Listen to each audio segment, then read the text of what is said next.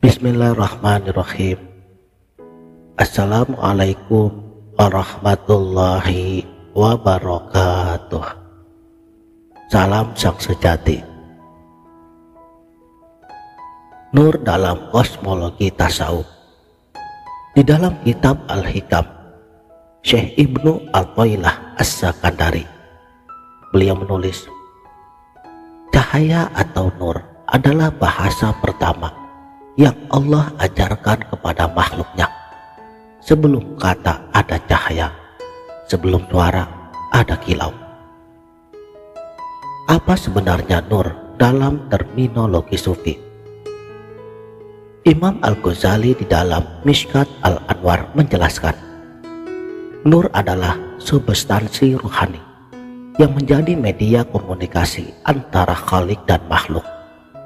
Ini bukan cahaya fisik, melainkan kasyaf, penyingkapan hakikat melalui mata kolbu. Puasa dalam hal ini berfungsi sebagai alat kalibrasi kolbu untuk menerima frekuensi nur ini. Syekh Ibnu Arabi di dalam Futuhat Al-Makkiyah menggambarkan puasa sebagai tirai yang menapis hiruk-pikuk dunia, sehingga nur sirri, cahaya rahasianya, dapat memasuki ruang batin tanpa distorsi. Contoh nyatanya, Syekh Ahmad Ar-Rifai. Suatu hari ia ditanya muridnya, mengapa engkau selalu berpuasa sunnah? Beliau menjawab, aku sedang membersihkan antena kolbuku. Saat perut kosong, gelombang cahaya ilahi lebih mudah ditangkap. Ini selaras dengan sabda baginda Nabi Shallallahu Alaihi Wasallam. Bagi orang yang berpuasa, ada kebahagiaan dua kali. Kebahagiaan saat berbuka dan kebahagiaan saat bertemu Rabbnya. Dan kebahagiaan yang kedua inilah yang oleh para sufi disebut lazzatul munajah, kenikmatan berdialog rahasia melalui nur. Puasa sebagai medium komunikasi cahaya.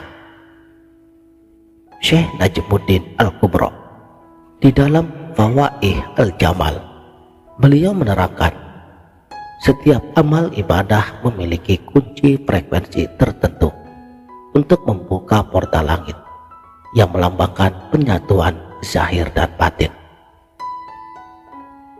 Bagaimana mekanismenya? Pertama, penyapuan hijab jasmani. Menurut Imam Al-Qushairi di dalam risalah Qushairiyah, makan dan minum adalah simbol keterikatan pada alam mulk, alam fisik. Dengan puasa, ruh dilepaskan dari belenggu ini, sehingga mampu menangkap isyarat-isyarat cahaya. Kedua, enkripsi waktu mustajab. Dalam Ihya Ulumuddin, Imam Al-Ghazali mengutip riwayat bahwa doa orang berpuasa di waktu sahur adalah sandi khusus yang langsung terkirim ke arsy. Ini karena pada sepertiga malam terakhir, menurut para sufi, pintu langit ketujuh terbuka untuk transmisi nur. Ketiga, bahasa sandi melalui lapar. Syekh Abu Hasan Asy-Syadzili, seorang pendiri tarekat Syadziliyah, mengatakan, lapar adalah kode Morse ruhani. Setiap denyut perut kosong adalah sinyal SOS kolbu. Suatu hari, Syekh Abdul Qadir Al-Jailani berpuasa selama 40 hari di padang pasir. Di dalam riwayat Bahjatul Asrar, beliau mengatakan, pada hari ke-27, aku mendengar gemuruh suara dari arsy. Wahai Abdul Qadir, engkau telah membersihkan kolbumu. Sekarang dengarkanlah bahasa kami dalam bahasa cahaya. Inilah yang dalam tasawuf disebut muqallamah Nur Aniyah. Dialog tanpa huruf dan suara. Dekode ritual sahur dan iftar sebagai simbol. Mari kita bedah dua momen inti dalam puasa, sahur dan iftar. Pertama, sahur, aktivasi kode fajar. Imam Ibnu Arabi di dalam tafsir Al-Bahr Al-Madin, beliau menyebut sahur sebagai momen pengisian baterai rohani. Syekh Bahauddin Naqsyabandi, beliau mengatakan, makan sahur bukan untuk mengisi perut, tetapi untuk menyerap nur subuh yang menjadi bekal perjalanan rohani sepanjang hari. Kedua, iftar, deskripsi cahaya senja. Dalam kitab Kasyiful Asrar karya Maibudi, iftar disebut sebagai saat Allah membuka kanal nur merah senja. Menurut Syekh Ahmad Jarruk di dalam Qawaidut Tasawuf, kebahagiaan pertama saat iftar adalah simbol kembalinya nur setelah sehari diasingkan dari dunia. Sementara kebahagiaan kedua adalah hakikat nur itu sendiri. Tingkatan nur dalam puasa menurut hierarki sufi. Dalam Madarijus Salikin, Syekh Ibnu Qayyim Al-Jauziyah membagi puasa menjadi 3 tingkatan. Pertama, puasa yang awam, nur abayan, cahayanya putih, menahan diri dari makan, minum, dan syahwat. Kedua, puasa khawas, nur ahmar atau cahaya merah, menahan seluruh anggota tubuh dari dosa. Ketiga, puasa khawas al-khawas, nur akhdar, cahaya hijau, menahan hati daripada selain Allah.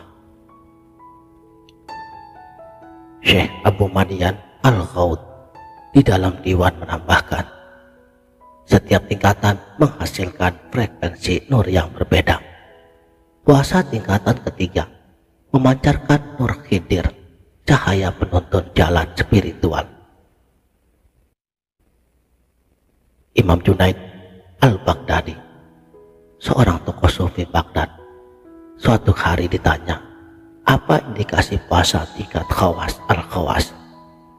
Beliau menjawab, ketika kamu berbuka puasa, tetapi rasa kepenuhan justru datang dari zikir, bukan kurma. Ini merujuk pada konsep Ghizaur Roh, makanan roh yang disebut di dalam surat Toha ayat 81. Bagaimana mengakses bahasa nur dalam berpuasa? Bagaimana kita bisa mempraktekannya? Berikut ini metode dari kitab Al-Hikam dan ajaran tarekat. Pertama, membaca ayat-ayat kauniyah sebelum sahur. Syekh Ibnu Ajibah di dalam Mi'rajut Tasyawuf menyarankan, bacalah langit malam sebelum sahur. Setiap bintang adalah titik nur yang berkomunikasi dengan titik kalbumu. Kedua, menyelaraskan tarikan nafas dengan Asmaul Husna. Dalam tarekat Syattariyah, teknik nafas nurani diajarkan.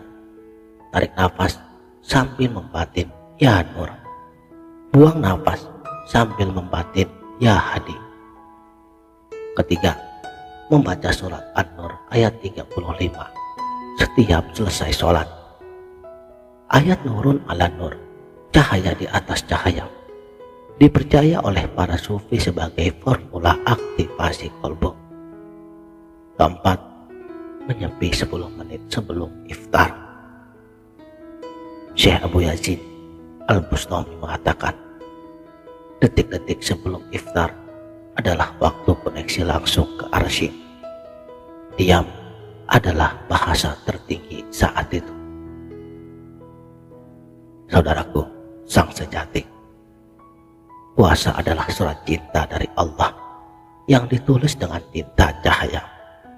Seperti kata Rumi di dalam Masnawinya, dia tidak perlu katakan aku mencintaimu, cukup dengan mengirimkan nur lewat ritual puasa, dan kalbumu yang akan memberikan kefahaman. Sebagai penutup, kita akhiri dengan doa dari Syekh Ibnu Arabi. Ya Allah, jadikan puasa kami sebagai kunci untuk memahami bahasa cahayamu, bukan bahasa lidah, bukan bahasa akal, tetapi bahasa kalbu yang telah kamu bersihkan dengan lapar dan dahaga.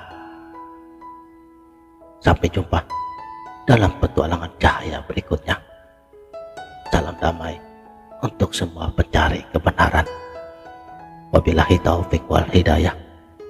Assalamualaikum warahmatullahi wabarakatuh.